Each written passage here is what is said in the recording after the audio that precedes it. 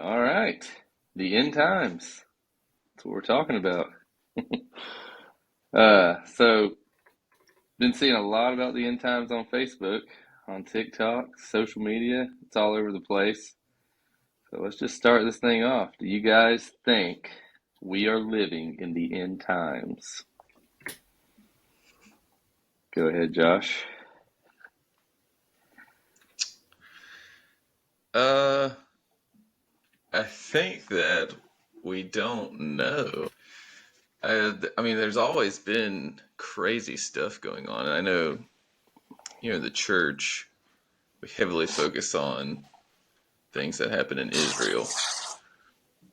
But I mean, for a long time, everybody pays attention to what's going on in the Middle East. And as soon as anything happens with Israel, they're like, oh, Jesus is about to come back. And that's happened for a lot of years. But as far as I mean, I definitely think it's possible we could be living in the end times, but not maybe for different reasons, though. I mean, we got AI that's about to take over the world, potential aliens that the government's been keeping from us, and global Nuclear warming. weapons? We're on the brink of World War III. Yeah, so I mean, in that regard, it's very possible. But if we're talking like Christian eschatology, the tribulation, the rapture, things like that. Not so sure about that. What do you think, Wood? Well, it's been talked about forever. Ever since we can remember, they've always been saying, we're living in the last days. How long can that go on for? I mean, Yeah. like that's what they've been saying since the beginning of time, basically. Since Jesus died. Yeah. I mean, I don't want to it's kind of like a weird analogy, I guess, but I mean, you can only cry wolf so many times. I wrote the same thing down. I wrote down some times that people have predicted the last days or that the rapture was going to happen. I remember, like, I guess the first time I remember when it was when we were in a Baptist church, but I remember the first time they were kind of predicting it was like Y2K, like everything was Yeah. The computer system was gonna crash and all this. I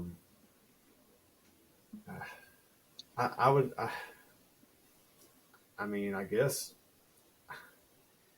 I don't really think we are, I guess. Yeah.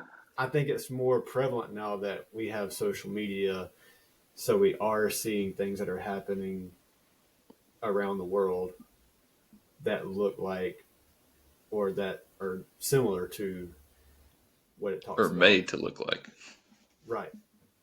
Yeah. So. Yeah, right. So I mean that's my thing too. Is this like everybody wants to bring up these books like Daniel and Revelation, and those things they're written in a specific time about specific events in a language that those people, I mean, they knew what whoever was writing that was talking about. They knew the events that he was referring to. They knew what the language represented. It'd be kind of like if we that song by Toby Keith, "The Courtesy of the Red, White, and Blue."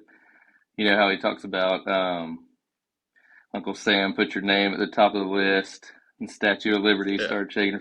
Like if people like 2,000 years from now discovered some kind of sheet of paper with those lyrics written on it, it'd be like them. That's a good like analogy. we know what that song's about. Like we know what event it's a reaction to. We understand the language. We understand the context of it.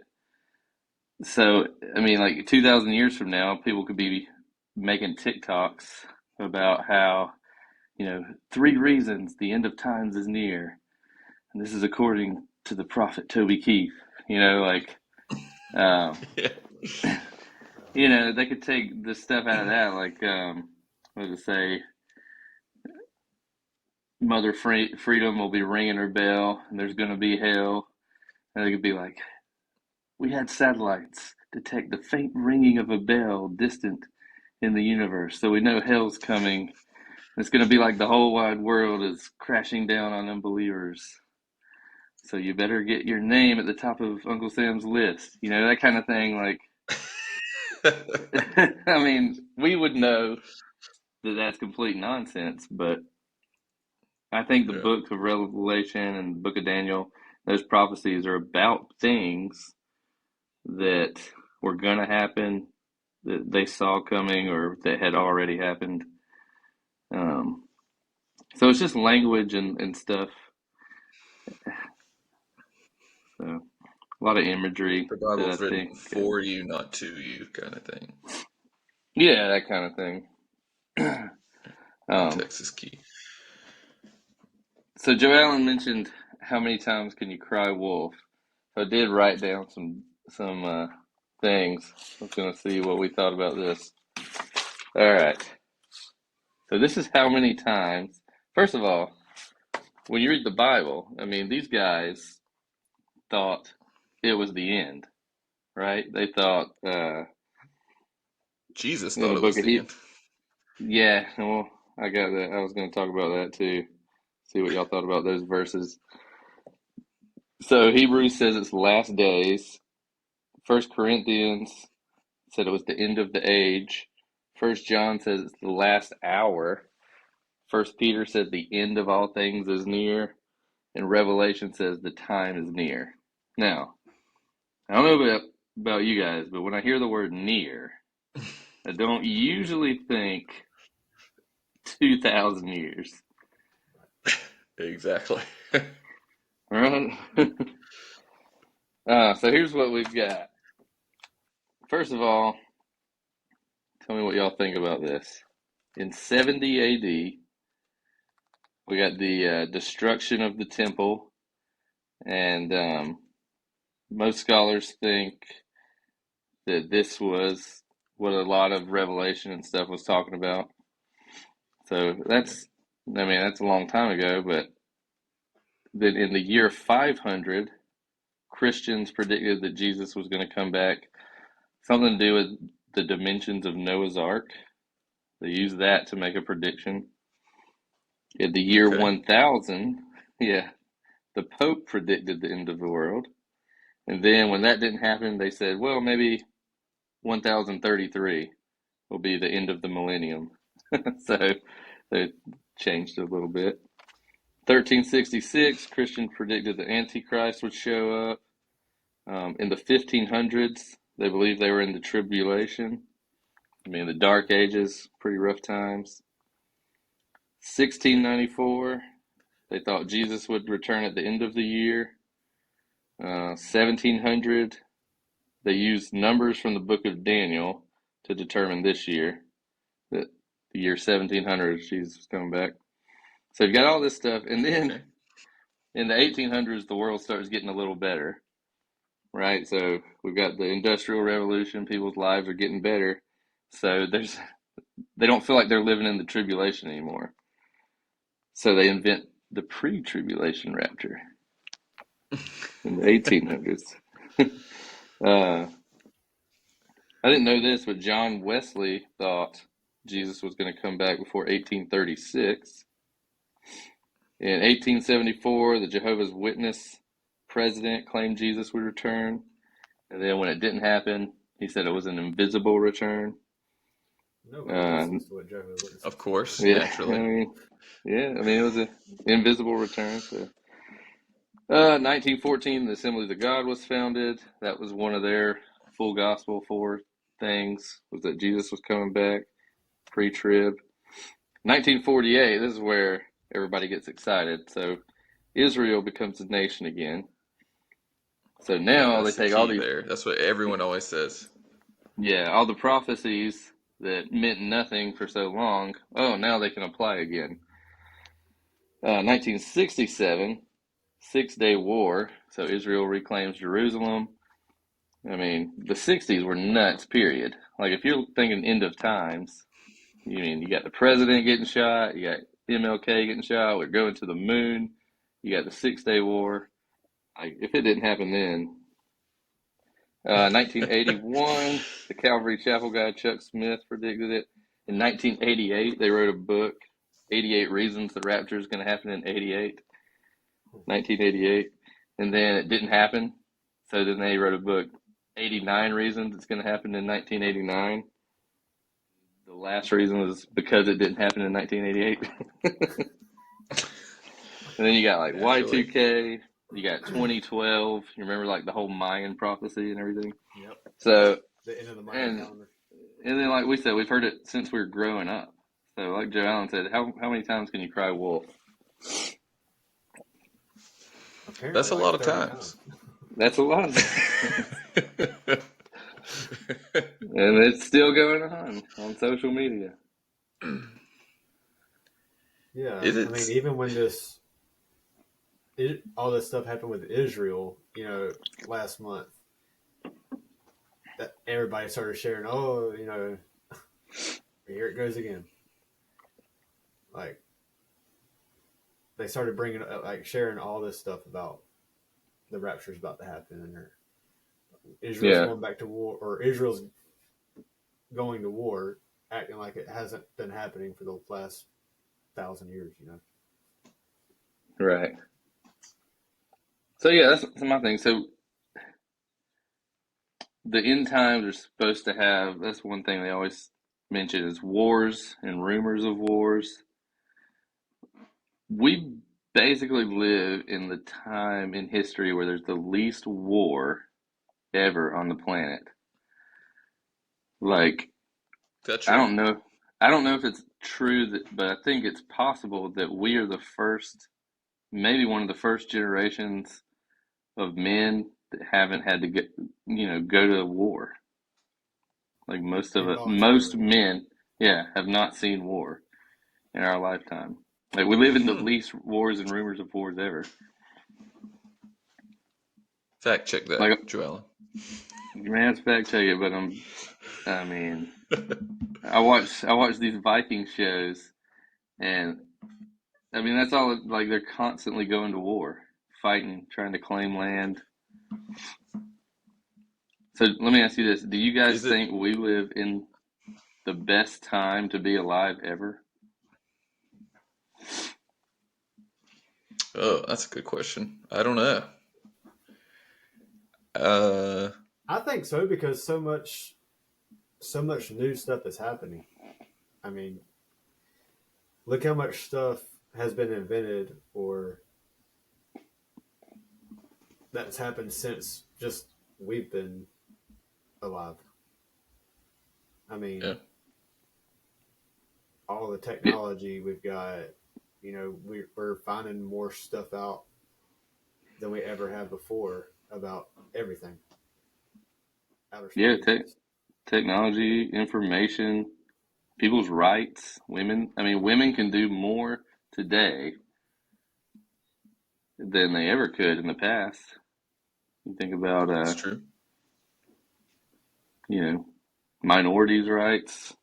Like we live, the world is getting better, I think, but because of social media, we tend to focus on,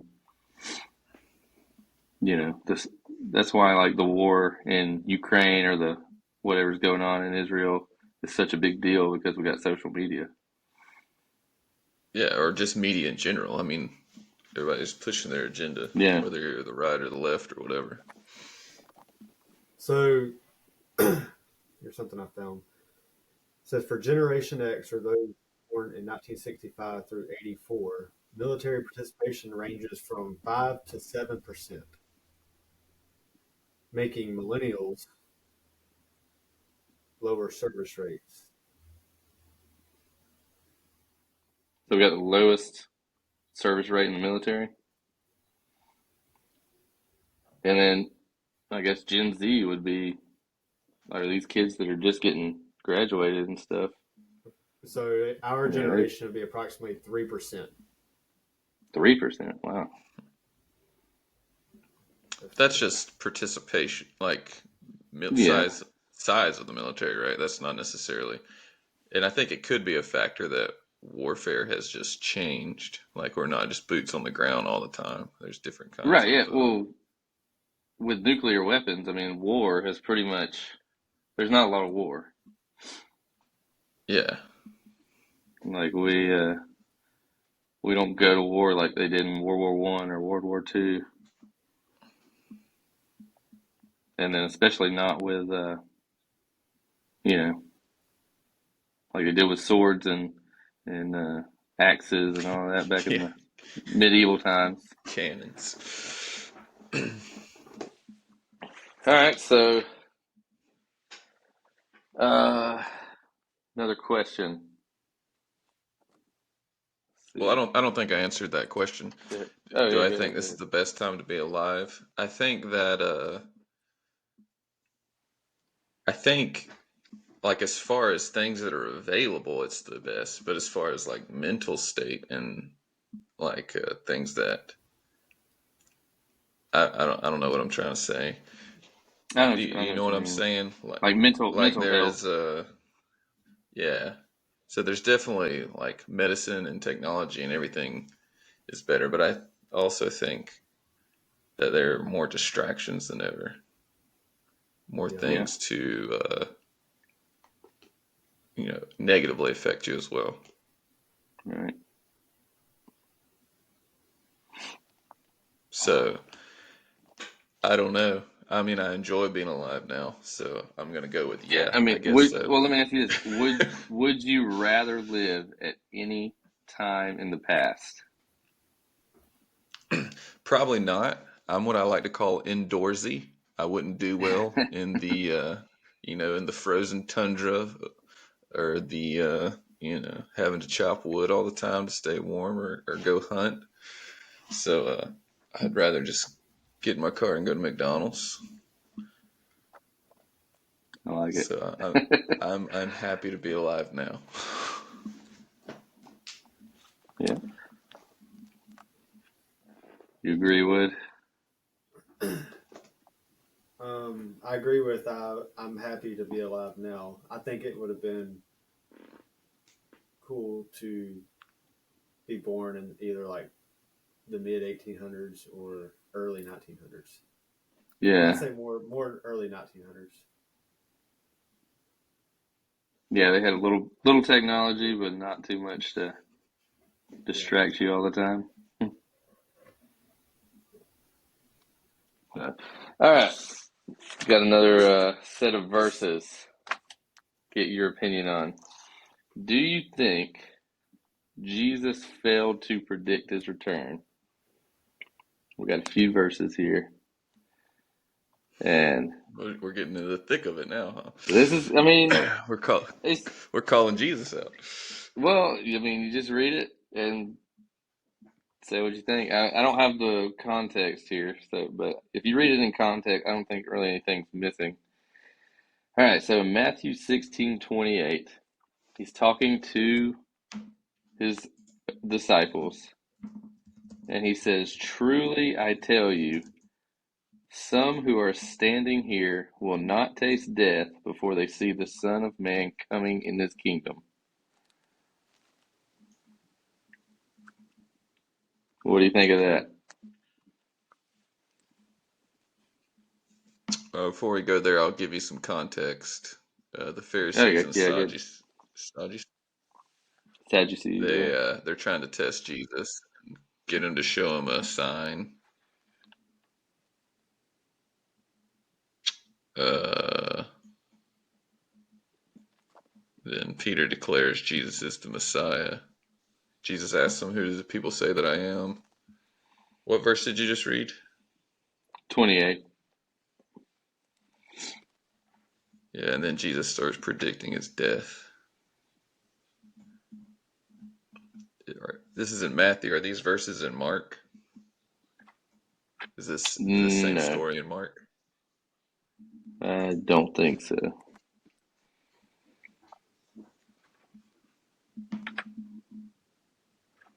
Okay. Anyways, go. That was a little All background. right, so this next one is in Luke and Mark.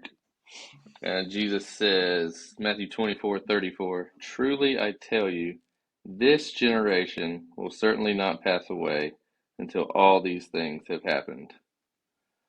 This is after he goes on a long spiel about enemies surrounding Jerusalem and the war and rumors of wars and all that.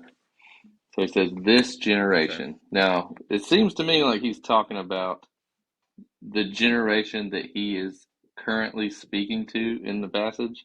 I know, like, I've heard Yeah. pastors and all say that he's talking about the generation that Is sees the alive right now. signs, Yeah. but it sounds to me like he's telling them they're going to see these signs, and that generation, that group of people, will not entirely pass away until all those things happen. Well, I think the preachers saying that they're doing their part in promoting the end times for us. Yeah. So, but I agree with you. I think he's talking about the generation that was in his time that he was speaking to. That's what it sounds like to me. Yeah, Yeah. I would agree that Jesus is saying this and that he is speaking about the current generation of the people he's talking to. Yeah. Probably not 2,000 years later. Yeah, I It think just it that's it just doesn't make have sense to to look up me. like the Greek. Yeah, I mean, I don't think that would change anything. It might, but it just doesn't make sense to me. Like, these guys, like Paul and Peter, are saying they were living in the last hour, Yeah. and that uh, Revelation says the time is near for all that stuff to take place. I mean, it just doesn't fit to me that near or the last hour is this length of time away. I mean, and I think Jesus, or the people who wrote the Gospels, whether Jesus said that or not, um, believed that he was coming back in their lifetime. There's even one in John. It's kind of vague, but I think Jesus is talking to John, and Peter asked something about him, and Jesus like, what's it to you if I want him to stay alive till I return? Kind of hinting that he may come back in the lifetime of John. So there's several that kind of give the idea that Jesus thought he was coming back. Yeah, I think Bart Ehrman has a lot of good stuff on this. He either is writing a book or just released a book on this topic about Yeah, he just released the one end about times. Revelation. Yeah, Yeah, yeah, yeah. But it's I mean, it's interesting how there's certain areas in the Bible that you're supposed to just take it for what it says, and there's other areas that you have to do these mental gymnastics. Like, well, he doesn't mean the generation; he means the generation that right. are going to see the signs, and you have to do all these. But I mean, this, if you take the scriptures for what it says, then I think he was speaking to those people, and he was predicting that his return, or maybe not even his return. I'm not. Again, the context would matter, but he might be talking about the coming of the kingdom because he. But yeah, I think he definitely thought something was going to happen in the lifetime of those people. Yeah, I mean, I agree. To me, even in the context, it just sounds like that's clearly what he was saying. That some people will not die. Some people here or in this generation will not pass away until they see me. But he even says coming in the cloud. So it's not like, is that all right? Until all these things happen, coming in his kingdom. In Matthew 26, he tells the high priest, that you'll see the Son of Man coming on the clouds of heaven. So it seems to me that I know it didn't happen, so now we have to reinterpret those things, just like we have Yeah. to with all the predictions. Every time it's predicted, we have to reinterpret. Yeah. So, Yeah, that's very true. all right, here's some claims from the internet. You've Internet probably claims, seen I love these it. internet claims. The Euphrates River is drying up. Okay. I've gone down the rabbit hole on this one. And I think that is easily debunked because people will say that we're definitely living in the end times, prophecies being fulfilled before our eyes. I mean, look at the Euphrates River and drying up. So let me read the verse that we're talking about. It is Revelation 16, verse. Where did it go here? Was it 14? No.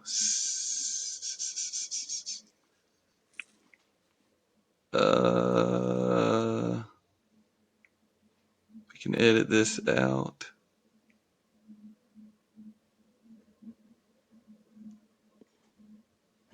Good Lord. What verse was it? 12. So, Revelation 16, verse 12. And it says, And the sixth angel poured out his vial upon the great river Euphrates, and the water thereof was dried up, that the way of the kings of the east might be prepared. And that's the KJV version for any haters out there. So at this in the timeline, the rapture has already happened, and we're in the middle of the tribulation. So if this prophecy is being fulfilled before our eyes, then we've all missed it, because the first verse of that chapter, or the second verse says, And the first wind poured out his vial upon the earth, and there fell a noisome and grievous sore upon the men which had the mark of the beast. So they're talking about people that have already accepted the mark of the beast. Like, we're past the rapture here. We're in the middle of the tribulation. So if the Euphrates is your go-to, I hate to break the news to you, you've missed the rapture. That's a good point. And it's not even drying up. I mean, you see like the occasional picture of like some dry land, It's just got low but points. it's got low points, and they've built some dams that are now Yeah. blocking off some of the water. So of course, there's Some of naturally the going to pictures be. aren't even the Euphrates. Yeah, Some I've of the seen pictures aren't pictures. even the Euphrates. Yeah, and then some of them are from like 2009. They're claiming them, to be now. So, all right, you've probably all seen this one too. That the conflict in Israel between Palestine or between just Muslim nations in general is the conflict between Ishmael and Isaac. Like, that's the history of it. Have you seen that? Yeah. Yeah, I've seen that. Any thoughts or? I'm not well versed enough in history, I guess, to really. I mean, I would just be speaking out of my rear, so to speak. But I just think that's kind of. I think that is, kind of laughable. That it's just Yeah, that it would go back that far. That everything that's going on boils down to Ishmael and Jacob, or yeah, Isaac. Ishmael and Isaac. Sorry. Yeah, so a little context, and then you can think it through. So Abraham supposedly lived around like 1800 BC. Mm-hmm. All right. Muhammad didn't start Islam until like the 7th century AD, 600s. So that's over 24 years. Now, I think Muhammad did claim that he was Over like a descendant of 2,400 years. 2,400 years, yeah. So you're talking all of a sudden, 2,400 years later, this conflict is beginning to start up, and then Yeah. now, 4,000 years later, we're seeing like it's just way too simplistic. There's no way that the blood of Ishmael or the genetics or whatever have been consistently in the genetics of Isaac have been consistently passed down in two separate lines for 4,000 years. Like, Yeah, that's absolutely. way too simplistic, in my opinion. It'd be like me saying I'm a descendant of Julius Caesar. Like, who knows? Like, there's no way. Yeah. Like, How far back do those 23 ago. ancestry tests go? yeah.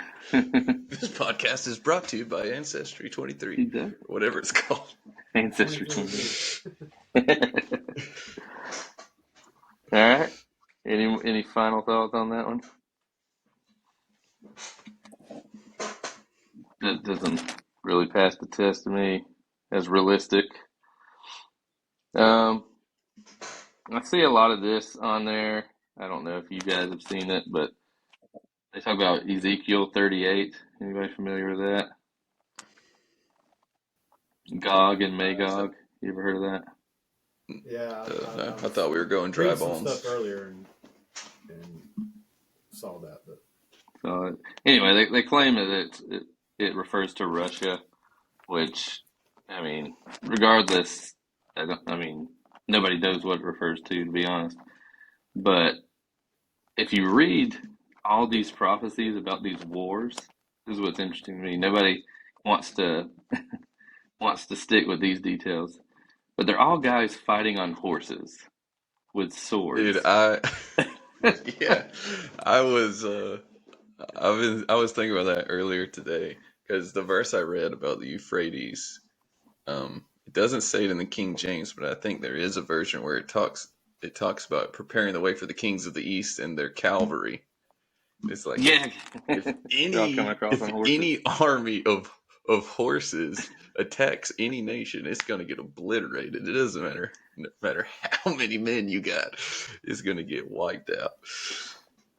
Yeah, in the Ezekiel passages, it says that the army and all their horses are going to get wiped out, and all of their weapons are going to be laying on the ground. It even describes the weapons. It says bows and arrows, spears and clubs.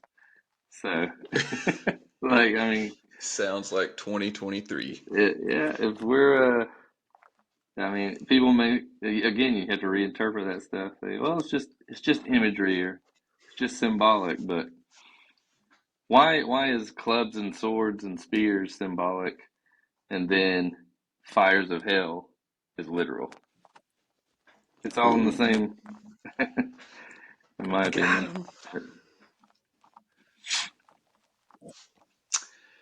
There's so much imagery, like in Revelation, and people just pick and choose what to take literally and what to set up as imagery. I think Barterman does a really good job. If you're a Christian and you don't trust a non-Christian scholar, Matt Chandler has a really good sermon series on Revelation. Matt Chandler from the Village Church. Um, if you feel a little more comfortable getting some information from a pastor, there you go. Yeah, there's plenty of Christians, the majority, I think, who around the world at least, that don't believe in a pre-tribulation rapture. So you can find plenty of Christian arguments against um, a lot of the end time stuff you see today. I mean, I think the biggest So argument if is the teaching is only 100 years old or so in the yeah, history of the like church, 200 years, man. pre-tribulation. 200, sorry. Yeah, I mean, I mean, in the not much difference. yeah, So, all right, so those are some of the claims. I've seen memes that say like can't remember word for word, but say something like, I don't understand how the Bible is playing out right before our eyes, and people don't believe it. Like, I just want to say, show me one specific thing that is playing out before our eyes. Show me the Bible verse and The one Euphrates specific River. thing. You got I it. I think they're Got it. just referring to. I mean, all that's coming out as the stuff in Israel is happening. I think they're just kind of taking that and using that. Right. So everything that happens in Israel, though, is always, which since 1948, that's Yeah, after World War II. All the Jews, you know, had to run for their lives. So they finally get together and say, hey, we need our own place, which makes perfect sense. And now all of a sudden these prophecies are back and there. So every time something happens in Israel, it's the end times, baby. Israel's is totally different than it was back in the Bible times. Yeah, It's not even the same place. right. This is not ancient Israel. It's a completely new nation. It's mostly secular. Yeah. Plenty of Muslims live in Israel. It's not like a specific people like it was in the Iron Age or whatever.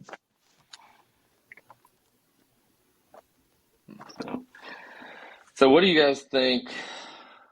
How do you think that teaching affected you growing up? Like always being told you're living in the end times. The rapture could happen any moment. It was sad because you're always thinking about it happening, and you're just kind of like for me, I was like kind of I was wanting to be able to live a full life. Like I was, like I want to get married. I want to have kids. I want to be able to live my life, and I would I would pray like God, please don't let it happen in my lifetime. Yeah. I mean, I did not want it. Like I felt the same. I mean, I I always wanted just to get I married, don't and I know. always thought I was never going to get married. I don't know. I mean, like I just wanted to experience life, experience everything, and not worry about. I mean, I just feel like it's another like fear tactic they use to scare us. I mean, because that's what like whenever a sinner goes to church, at the end they have the altar call and stuff. Most of the time, that's they're preaching or talking to scare you into. I feel like going down to the altar or accepting Jesus. If you walk out of here, Sure. you know, You could be left behind. Like Jesus could come back when you're walking out. Something like Yeah, that. or you get in a car wreck on your way home. Yeah. Isn't That's that always part of it. isn't that what happened? Wasn't that your conversion story, TJ? It's like when you lived in Panama, you're reading Revelation, you're like, I got to get my act together. Am I misremembering that? That may be. I don't even really remember. Uh, I'm I pretty do sure I've remember heard you reading it and tell that. thinking, man, you know, I got to get it together. That was probably what it was. Reading Revelation, thinking this is the end times. Um, but I mean, it To affected me, me. I Like, think it's yeah. good. Well, I was just gonna say, like, I just remember always not really planning for the future much. Like, I thought, this is all gonna end. I don't need to go. exactly, yeah, You know, it completely like just pushed down any dreams I may have had of like going to school for a long period of time, or 8 years or so to be a pharmacist, or however long it took to be a doctor. Like none of that stuff was on my horizon because I thought we're not going to be around that long. I may as well focus on ministry, or I mean that's what's important, right? Trying to get people to not miss Yeah. the rapture that's going to be coming very soon.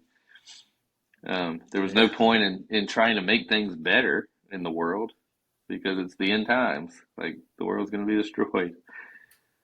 So for me, it was a big, I guess, I don't know the word I'm looking for, but wall, I guess, to planning for the future.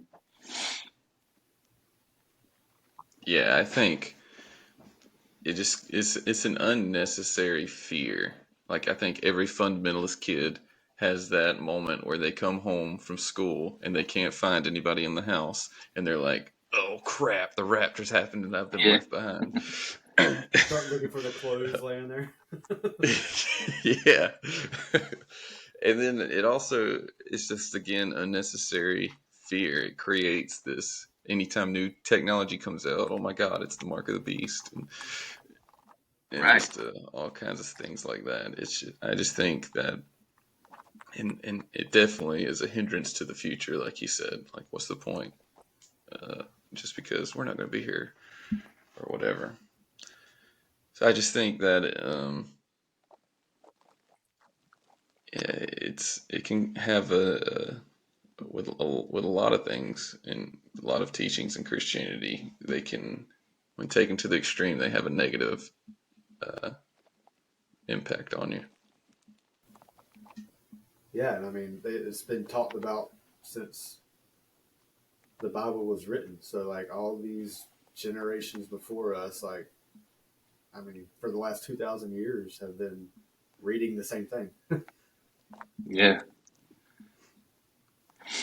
And I remember, I don't think she would mind me sharing this, but I remember it was early in our marriage.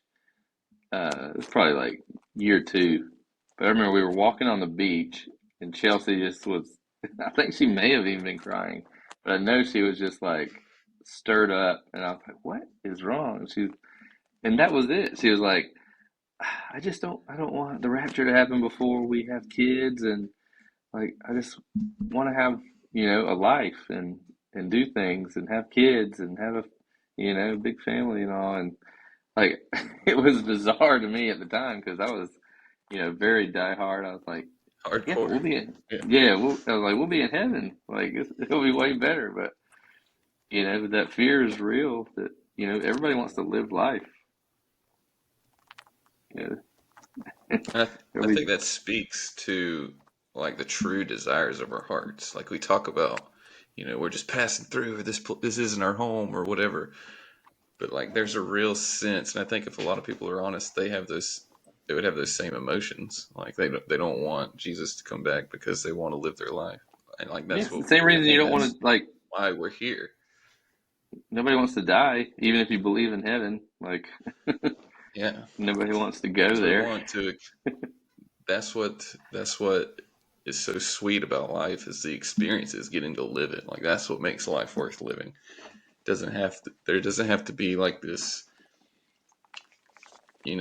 mission over this spiritual mission for us to accomplish that we were designed to do. Like what makes life worth living is that it's short, that it's sweet, and like we want to experience it to the full. Yeah, it's always weird to me to hear people say, "Oh, I can't wait to leave this earth," and you know, I don't know. I don't understand it. Yeah, I mean, uh, so do you think because like we go to hospitals, we enjoy the new technology and stuff, nobody's trying to avoid prolonging their life.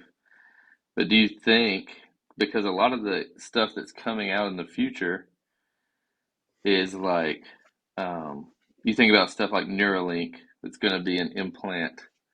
Mm-hmm. We, more stuff that's going to be, I guess, internal. I mean, we got like pacemakers, and I guess nobody thinks that's the mark of the beast. But for some reason, Neuralink, I mean, that, do you think it's a hindrance to Neuralink and microchip credit cards. microchips?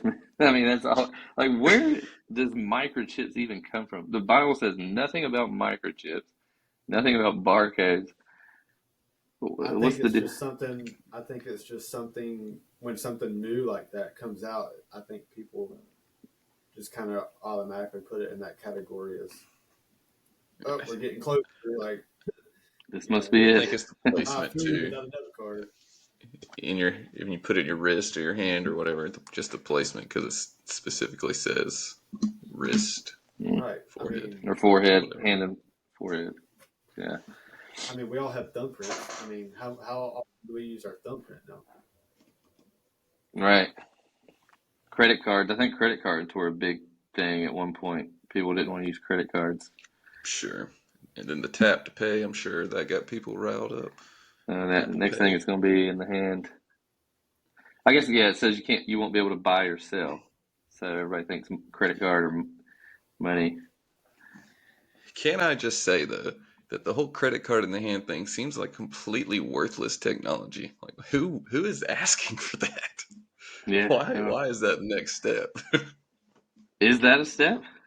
I don't. I mean, I've just I never heard mean, anybody talk about that. it's happening now. Like you can buy stuff.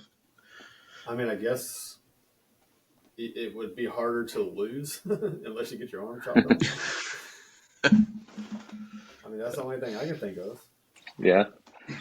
I wouldn't. I mean, I wouldn't want it not because I think it's a mark of the beast, but because I don't want like GPS technology or anything that I don't know. I don't like the government potentially having that much power, where they could track me at any time or whatever, which they can basically do with your phone anyway. But at least our Yeah. phone At least is you can not take inside that of off. us. Yeah. Yeah, right.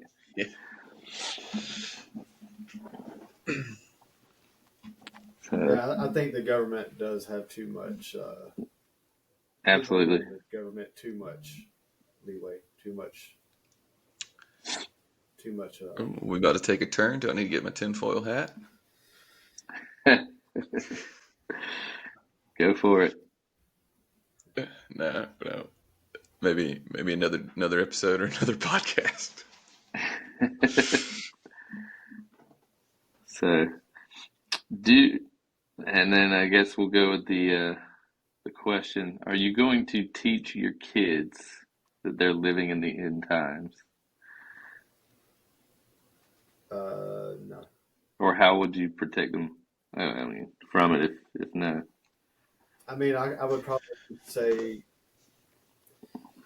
if we're reading the Bible, uh, I would kind of feel Fat like it's chance. more of a, I guess, kind of based along as like one of the other stories in the Bible. This is not something, not really something that would happen, but like, Just for just a side note here, I don't think Revelation would be a great book to read with your kid. right. Yeah. It's kind of bloody, Parental advisory. but I get what you're saying. Yeah, you'll compare those kind of things to other stories and all. Yeah. Before you dive into Revelation, you definitely want to start with Song of Songs. Perfect.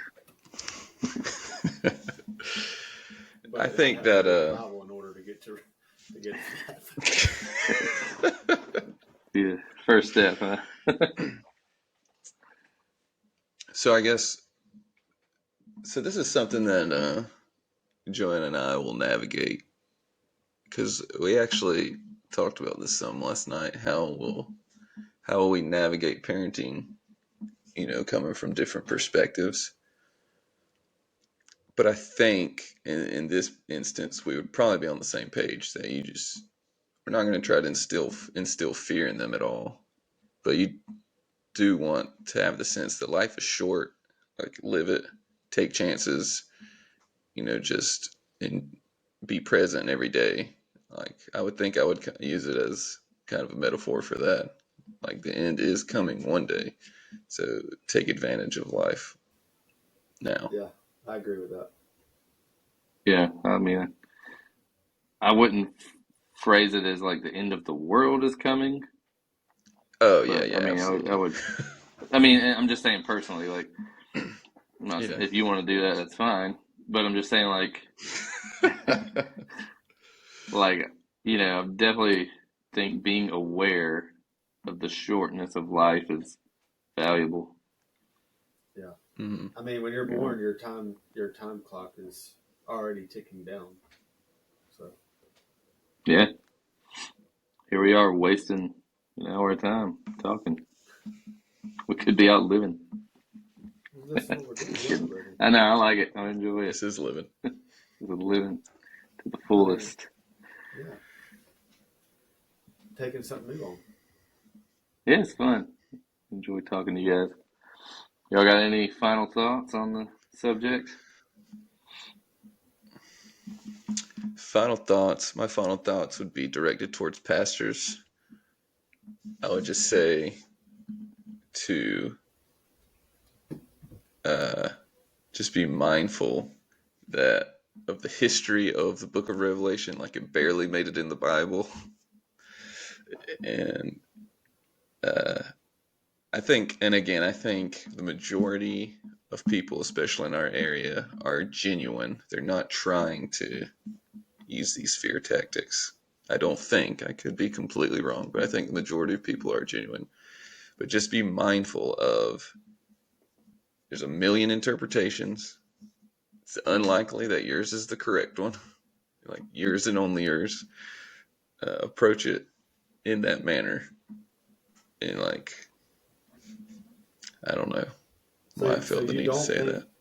so you don't think pastors in that area use fear tactics to get you to come to the Lord? I don't think intentionally.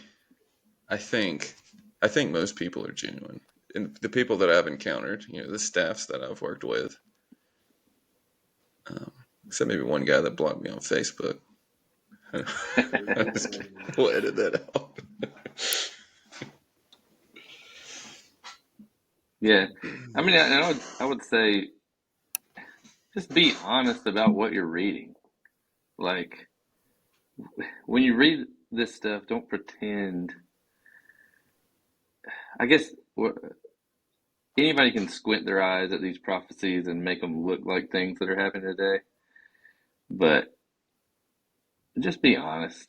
At least, I mean, be honest if you don't understand it, because 90%, I would say 98% of Christians have no clue what Daniel or Ezekiel or Zechariah or Revelation says. Like, even if they have read it, they don't understand it. And if they do, I mean, I think that's rare. I honestly don't know if anybody actually understands it fully, because I think a lot of it's about stuff that, happened so long You have no ago. context We for don't it. have the accurate context to fit it. Right. But just be honest. If you don't know, say you don't know something. Don't try to scare people, and don't just take things just because somebody else tells it to you. Yeah, I agree with that. I don't think I don't think the ones who wrote the Bible were looking this far, 2023 Nah, years ahead. there's no way. No, I mean, they thought they were living in the last hour. Yeah. Yeah.